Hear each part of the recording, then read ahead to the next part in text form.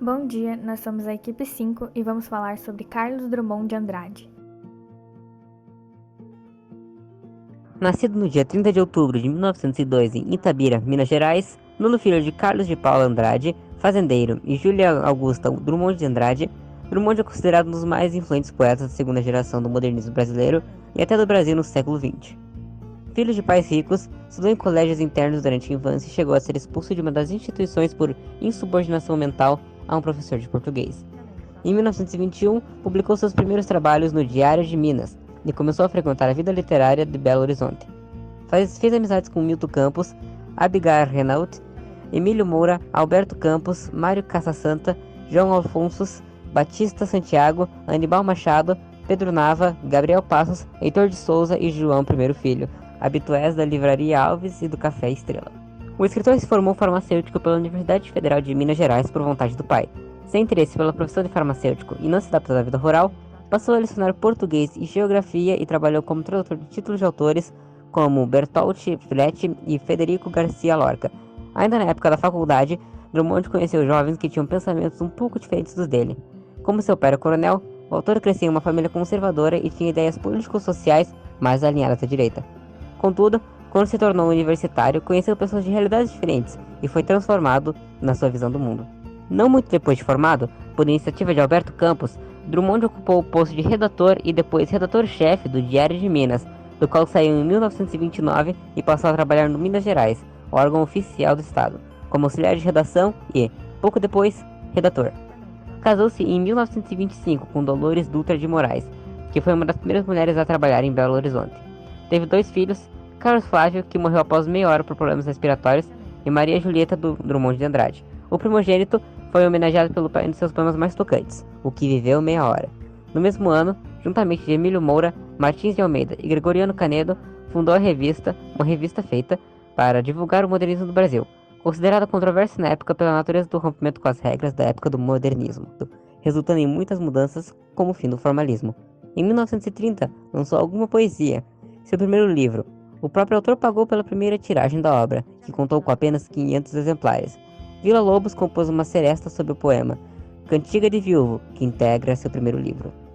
O mineiro se muda com a família para o Rio de Janeiro no ano de 1934, onde começou a trabalhar como chefe de gabinete do então ministro da Educação, Gustavo Capanema. Segundo os biógrafos de Drummond, esse período foi essencial na vida do autor, pois fez com que ele observasse o governo de outra perspectiva e mudasse suas opiniões políticas. Maria Julieta se casou com um escritor e advogado argentino no mesmo ano. Com isso, o poeta vai muito para Buenos Aires. Isso ajudou na divulgação de suas obras para outros países. Pouco mais de uma década depois, ele largou o cargo, se filiou ao PCB e passou a escrever para diversos periódicos e se tornou editor do jornal Imprensa Popular, lançado pelo partido. Nessa época, ele já havia lançado outros livros que consagraram, como Sentimentos do Mundo. Autopublicado com distribuições somente entre amigos, e Rosa do Povo, publicado pela editora José Olímpio, a primeira editora a publicar Drummond e com quem ele permaneceu até 84 e depois vai para a editora Record. Em 1984, Carlos despediu-se dos jornais com a publicação crônica Tchau. Sua grande produção nos jornais tornou um companheiro do café da manhã, como Drummond se definia, e um dos mais populares escritores brasileiros.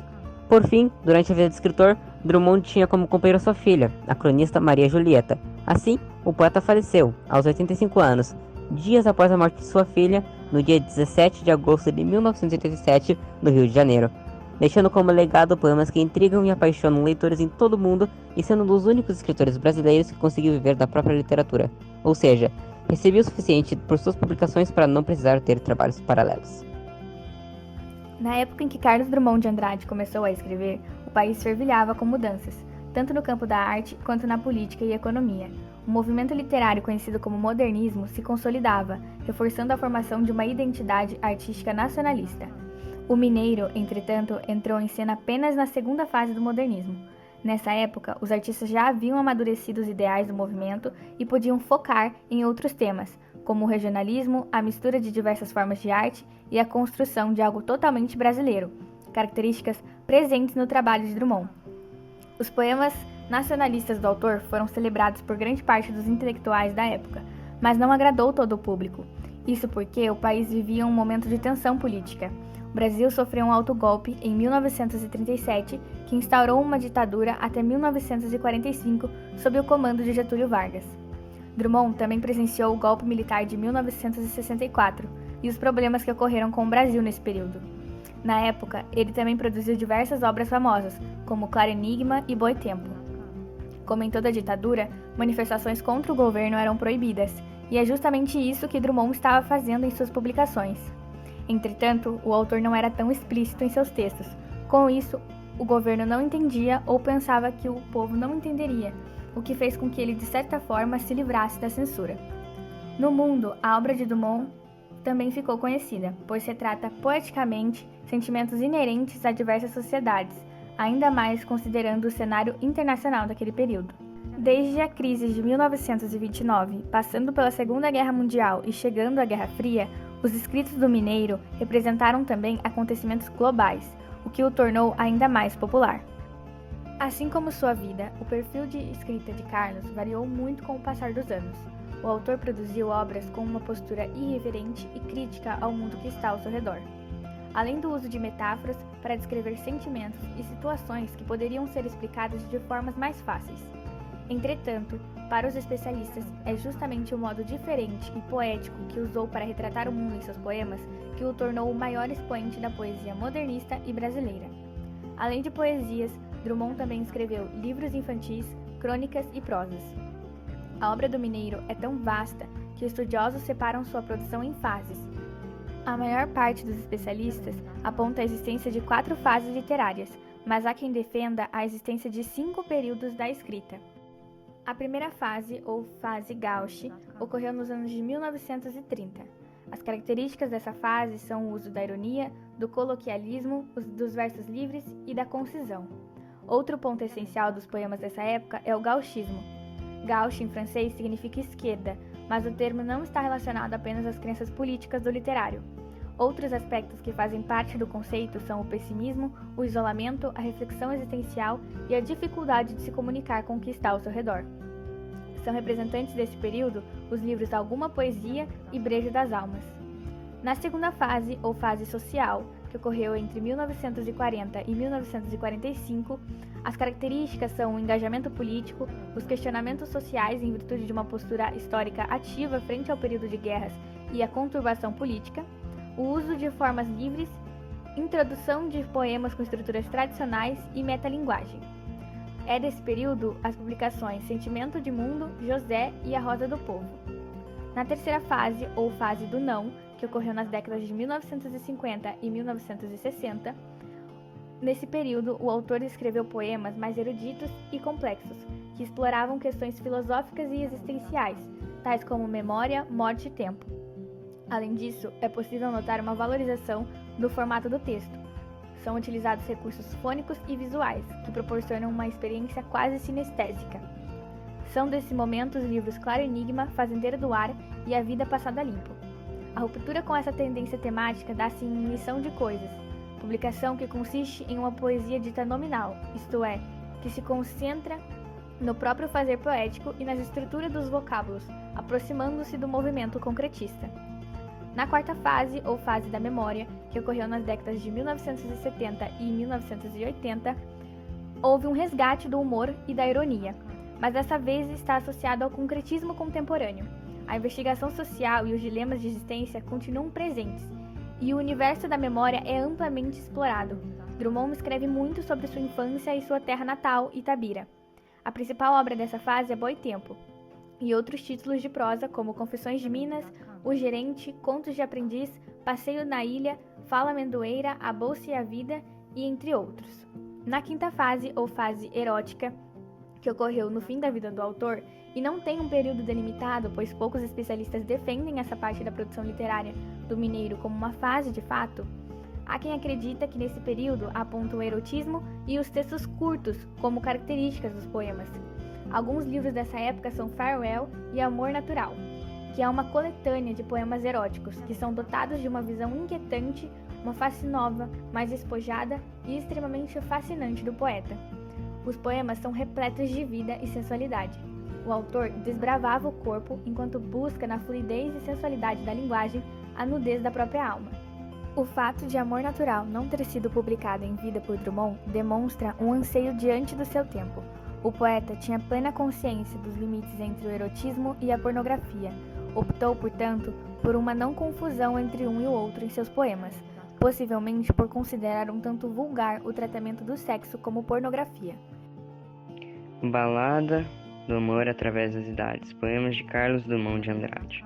Fala sobre características históricas, sobre o amor que tem entre eles até os dias atuais, passando por 4 períodos históricos diferentes, passando por Troia, Segunda Guerra Mundial, período de piratas e a Revolução Francesa.